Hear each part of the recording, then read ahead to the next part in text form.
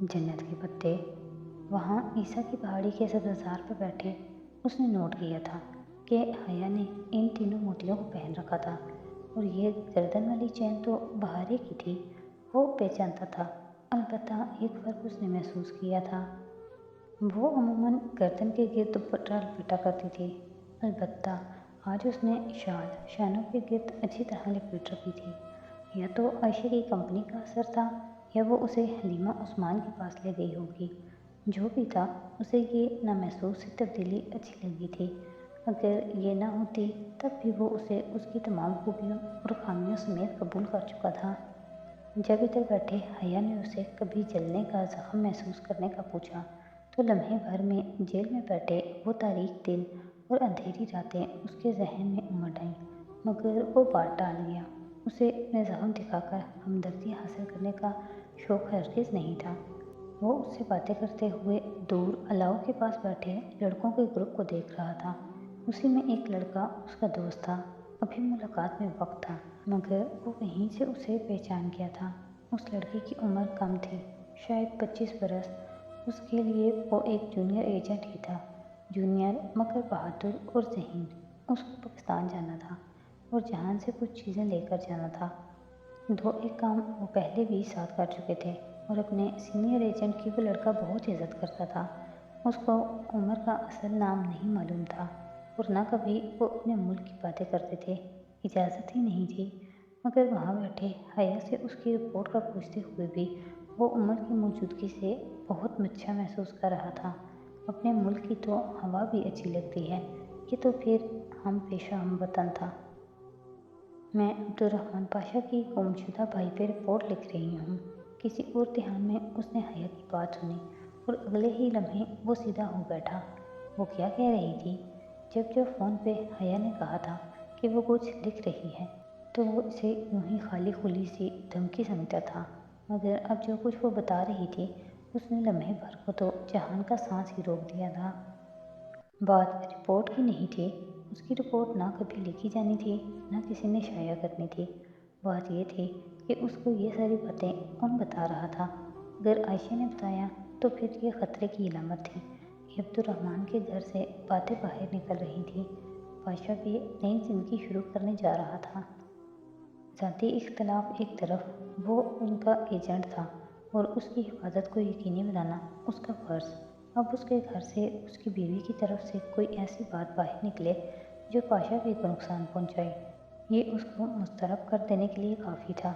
हया और आयशे फिर ये बातें और लोगों से भी कहती होंगी। एक सिर्फ जहान से तो जिक्र नहीं किया होगा ना। दुनिया वैसे तो छोटी थी, मगर बयूकदा तो बहुत छोटा था। बहुत मुश्किल से उसने बात का रुख फेरा, क्योंकि वो हया से ऐसी बात की तवक्को नहीं कर रहा था, इसलिए वो खुद भी ज़रा सा परेशान हो गया था। वो उसके साथ पहाड़ी के नीचे तक आया था और फिर वो सामान लेने चली गई। तो वो वापस ऊपर आया, उमर से मिला, इमानत पहुंचाई और वापस बंदरगाह पे आ गया। कल वो दोबारा बयूकदा आएगा, फिर आयशा से निपटेगा, मगर आजकल उसे वो वीडियो लॉकर में रख देनी चाहिए। हो सकता है वो पजल बॉक्स खोल चुकी हो और अब जबकि वो इस्तांबुल जा रही थी तो वो जल्द ही व देर लॉकर ढूंढ ही लेगी। अगले रोज़ वो बयूकदा गया। वो होटल में था जब आयशा ने उसे मैसेज किया कि हया चली गई थी और वो घर आ सकता है। आयशा जानती थी कि वो उसी के साथ गई है, मगर उसे इत्तला देने का मकसद उसे घर बुलाना था। अन्य भी गुज़िश्ता रात आ गई थी। वो ज़्यादा देर तक उनको अतला से दूर नहीं रख सकता था। सो अच्छा हुआ हया उनके आने से पहले ही चली गई थी। आयशा को उसने घर में दाखिल होते हुए सलाम भी नहीं किया, ना ही उसके मुखातिब करने पे ठीक से बात की। आयशा को मोतियों वाली बात मालूम हो चुकी थी और उसने यही कियास लिया कि अब्दुर्रहमान उससे उसी थप्पड़ पे अभी तक खफा था। तब ही सिवाय उस रात के उसने आयशा से ठीक से बात नहीं की थी। वो फिर से मदद करने आई थी, मगर जहान के हया को पाशा बे के मुतलिक बताने पे झिड़कने पे वो खफा होकर वापस चली गई। वो स्टडी से मतलूबा अशिया लेकर पलटने लगा था कि उसकी नज़र मेज़ पे रखे पजल बॉक्स पे पड़ी। वो एकदम ठहर गया, फिर बॉक्स उठाकर देखा। जली हुई इतराब, उभरी हुई सतूर, 6 चौखटे उलट पुलट कर देखने से वो जान गया था कि ये वही पजल बॉक्स है। जब उसने आयशा से बॉक्स मंगवाया था तो उसकी शक्ल ये न थी और उसका कोड आयशा ने सेट किया था। चूँकि अंग्रेज़ी हरूफ हजी पे बनाया गया था, इसलिए आयशा के नाम के हिज्जे अंग्रेज़ी के हिसाब से थे, वरना तुर्क में उसका नाम आयशा गुल लिखा जाता था। बाद में जहान ने उसको खोल लेने के बाद उसका कोड टॉक्सम सेट कर दिया था। वहीं स्टडी में खड़े खड़े उसने कोड को ऊपर नीचे किया। टॉक्सम पे बॉक्स खुल गया। अंदर उसके लॉकर की स्लिप, चाबी और कागज़ वगैरह वैसे ही पड़े थे। उसने फिर से बॉक्स बंद किया, स्लाइड्स आगे पीछे की और वहीं खड़े खड़े सोचना चाहा कि इस लापरवाही की वो अपनी बीवी को क्या सज़ा दे। हद हो गई। जो चीज़ उसने बहुत एहतियात से उस तक पहुंचाई थी, उसको यूं इधर भूल कर चली गई थी। उसे गुस्सा बहुत आया, मगर दबा गया। अब वो क्या करे?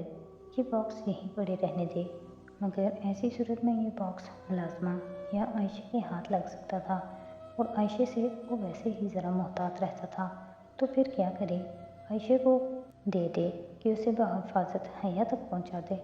जो भी था, आयशा एक ईमानदार लड़की थी, इमारत को खोलकर नहीं देखेगी। मगर नहीं, हाशिम ने बॉक्स बनवाते वक्त यही कहा था कि अब्दुर्रहमान को इस बात की खबर नहीं होनी चाहिए।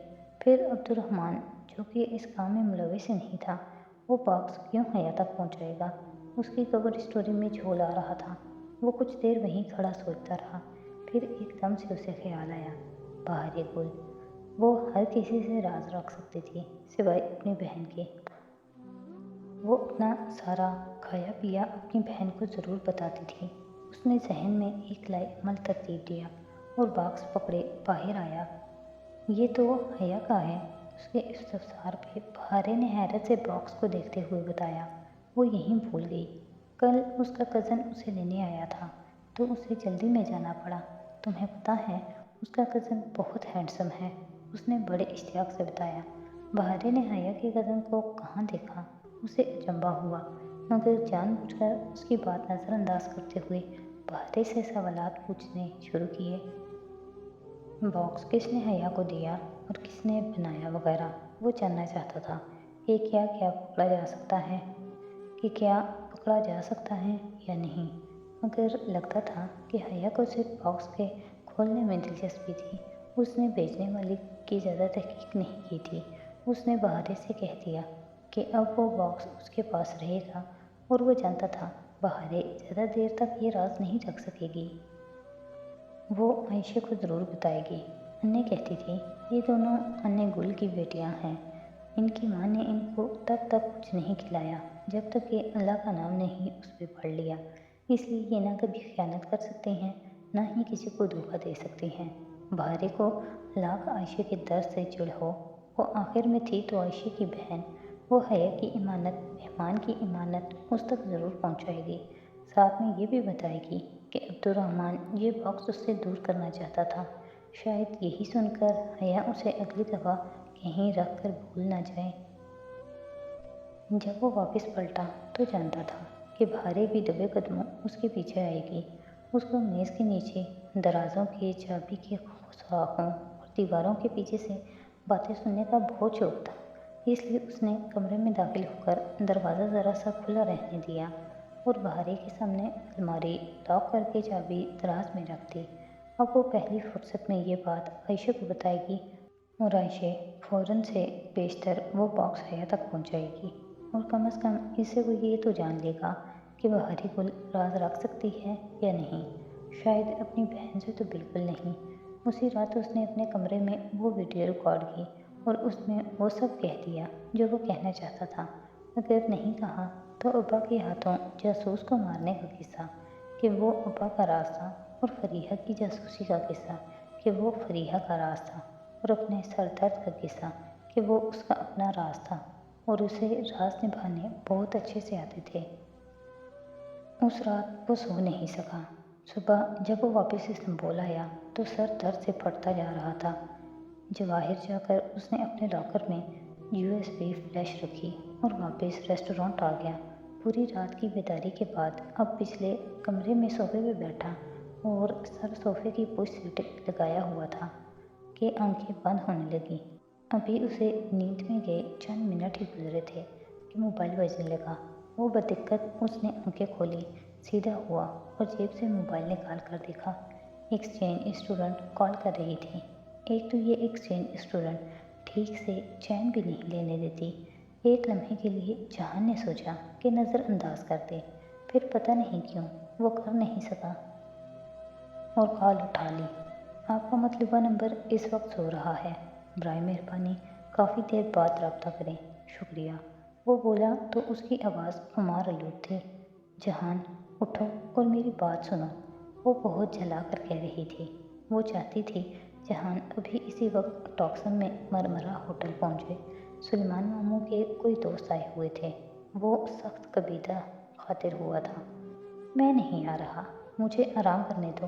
جواب میں وہ بے حد خفا ہوئی اور اپنا پسندیدہ جہنم میں جاؤ بول کر فون رکھ دیا۔ جہان نے پھر سے سر صوفے کی پشت سے ٹکا کر آنکھیں موند لیں، مگر اب نیند کا آنا ناممکن تھا۔ کچھ دیر بعد حیا کا پھر میسج آیا۔